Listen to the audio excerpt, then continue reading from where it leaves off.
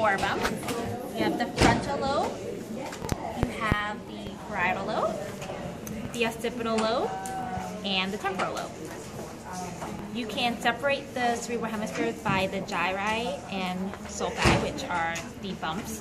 So gyri are the raised ridges, and the sulci are the deep lines. So if we take the central sulcus, which is right here, that's the central sulcus, it divides your frontal lobe in front and your parietal lobe in back. Find the central sulcus again, and you can find your precentral gyrus and your postcentral gyrus. There's just one narrow strip. So again, find your central sulcus. In front you have your precentral gyrus, and back you have your postcentral gyrus. The other sulcus you can see is your lateral sulcus, which divides the temporal lobe on the bottom from the frontal and parietal lobe on the top.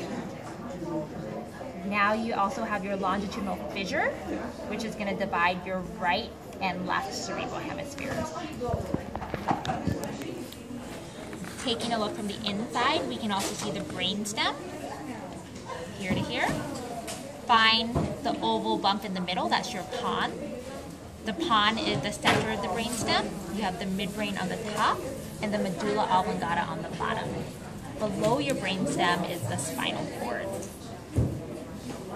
On this view, we can also see the cerebellum in the back with the arbor vitae, which are those white lines. Other features we see internally are the corpus callosum, which are axons connecting the left and right side of the brain. You have your diencephalon, which is in the center.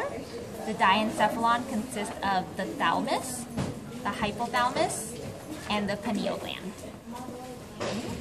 Now you have your ventricles. We can follow the path of cerebrospinal fluid made from the choroid plexus, flows into the lateral ventricle, then the third ventricle, down the cerebral aqueduct, into the fourth ventricle. After the fourth ventricle, the CSF goes into the subarachnoid space back into the blend. Thank you. Now we go to the